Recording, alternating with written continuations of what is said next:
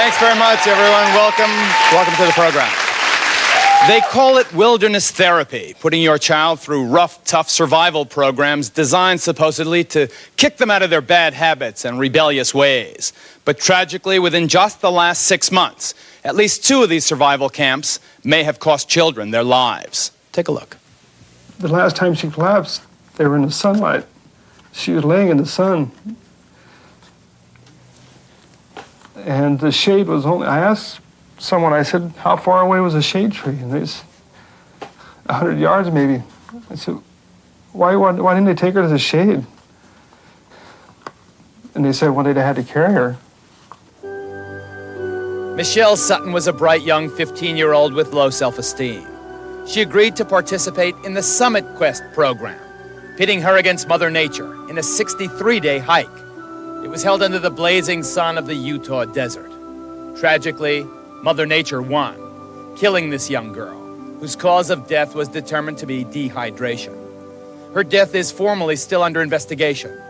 It has been reported, though, that Miss Sutton lost consciousness after days of hiking in 100-degree temperatures, drinking minimal water, and eating just small amounts of food. I mean, I don't quite understand how depriving someone of a life-sustaining thing like water could teach him self-esteem. That just doesn't make sense. Michelle, like the other kids in this desert hike, kept a journal in which she was supposed to record her feelings. In the beginning, Michelle wrote, "I have been hiking every day since I got here. I haven't eaten a single thing for 3 days straight. For the last 2 days, I've thrown up all the water that I drank. I have never wanted anything as bad as my wish to come home now." And just prior to her collapse in the desert, Michelle concluded by writing, "I felt sick the whole time and threw up each day. My stomach gets really jittery, and I feel like I'm going to collapse. Tomorrow we're hiking about 15 miles, and I'm feeling pretty positive about it so far." Owner of the Summit Quest program, Gayle Palmer. The complaints that Michelle registered were really quite minimal. They were not something that alarmed anybody unduly. The Utah desert is the barren backyard to many other survival programs, including the increasingly controversial Challenger Foundation. Here, kids are whisked away from their parents and escorted into Salt Lake City. Later that same day, they are quickly hurtled into the desert.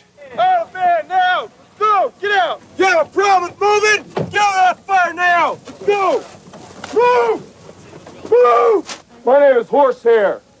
For the next 63 days, you'll be under my care and my staff's care. You understand? Yes, sir. I can't hear you. Yes, sir. Once in the wilderness, these kids survive on rations and learn to build their own fires. There's no toilet paper and no bathing in the 63-day program. It's a program that promises parents that they can put their kids back into the desert if those kids continue their old habits when they return home. For me, I feel this is giving me a time alone with myself to understand what I want to do. But there are some people like, well, okay, I got in my mail already threatened that if I didn't come home and be good, I was coming back. And I mean, who wants to not take a shower for 63 days? I don't want to be. Steve Cartisano founded Challenger about 2 years ago. So far, he has been charged with numerous counts of child abuse and 1 count of negligent homicide. Like Michelle from Summit Quest, Christine Chase collapsed in the desert and soon after died of exposure. There's no way on this earth I'll ever allow any petty bureaucrat to take over this program and turn it from a survival camp into a summer camp. These programs can cost parents as much as $20,000.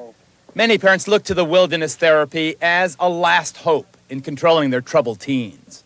In a few cases, the private programs do seem to help the struggling teenagers, some of whom have been hooked on drugs. But according to independent research, more than 75% of the parents and kids surveyed felt the programs did not live up to their expectations.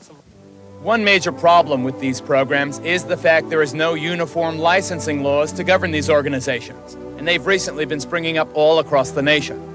Along with that fact is the fact there is no disclosure law, forcing companies to report all their information to the parents, information that might dissuade them from putting their kids into these programs. In the end, the children run the last few miles out of the desert and into their parents' arms. it is difficult to know if they run into their arms out of love or out of a desperate need to escape the wilderness.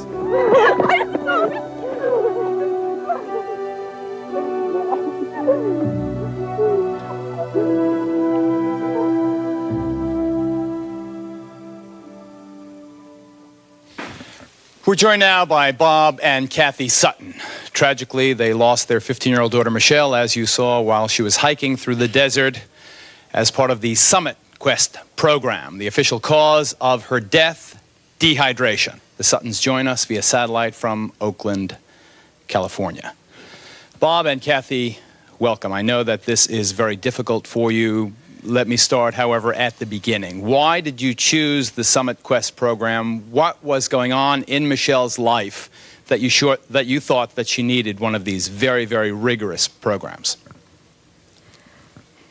I have to say it was basically self-esteem. That was the biggest reason for sending her, other than that she had gotten in with a group of kids, that we were concerned about her and the drug problem that these kids had had. And we basically sent her for her own self, to build self-esteem and to come back feeling like she had the inner strength to face that peer pressure and the different temptations of the world we have today, and knowing that she didn't have to say yes, that she could say no. For herself, I think it was just self-esteem. Was she a bad kid, Kathy? No, not at all. Bob, did her rebelliousness give you cause to fear that she might go wrong? Not really. Michelle has always been, I've always considered her a daddy's girl, because at night she would come to me, and when I crack her back, she was the only one that had it back that would crack the way hers was. And she loved those hugs, and she wasn't a bad kid. Michelle and us decided this together. It was a mutual thing that she would go. She wasn't forced into the program. I want to make that clear. She was not? No, she was not. Was she, like so many of the youngsters, tricked into going in the program with some phony story that she was going to visit her grandma or going to some very benign camp? Everybody that... He's asking if she was tricked. I say she was tricked. He's asked if she was tricked. You mean, did we trick her? Yes, that's what I meant. But Kathy, you obviously feel she was tricked by the program. I say we were misled. That's the word I'd like to use, is misled, because you're told certain things that make it seem all wonderful and glamorous, and like this, it's like you tell them your needs and they fill your needs and tell you whatever you want or need to hear to get your child there and to make you feel like these people are on your side and are going to help you. What or who killed your daughter? This program killed my daughter. The Summit Quest program? The Summit Quest program killed my daughter. How, Kathy? How? How? Because this person is an individual. Geraldo, she's an individual, and these kids need to be individualized, and they need to be listened to, and these kids have needs, and their needs need to be met, but they need to be met in a way that they can come back a whole person. And they promised us these things, and everything that I would talk to these people about, I was promised that Michelle would come back with self-esteem, with other things that I can't really go into because they're personal and they have to do with my faith and my belief. These people knew of my needs as a parent for this child, and they used me, and they used this program to manipulate and get my daughter out there. Kathy, and then once they get her out there, everything changed. Did they march her to death in the desert? Did they hike her to death until she was so dried out that she could not sustain life? Is that what happened? I have to continue. They didn't individualize this child. This child is not one person. I mean, she is one person. She's not like everybody else. She was one person who I was told that when it came to the hiking, for instance, I was told that they gear the hikes to the slowest person on the trek. In other words, if my daughter got tired and wanted to sit down, she could sit. And the other kids would sit with her and encourage, not force, not push. And this child was pushed to death. She gave it her all and gave it her best, and they pushed her to death. Gayle Palmer is the director of the Summit Quest program. She, of course, feels that the death of Michelle Sutton was caused by something other than this forced march. Did your counselors, Gayle Palmer, push this 15-year-old girl to her death? No, of course they didn't. These counselors are carefully selected by the program so that they can help and individually guide and support each child as they go along. Then what killed 15-year-old Michelle Sutton? We don't know.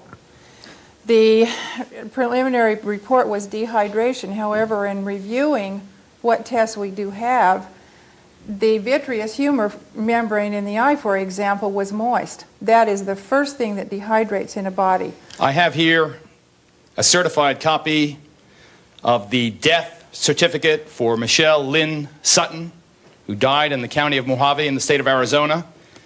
Immediate cause of death, dehydration. Other significant conditions, exposure to elements. Are you saying that the medical examiner erred in his findings? You bet I am.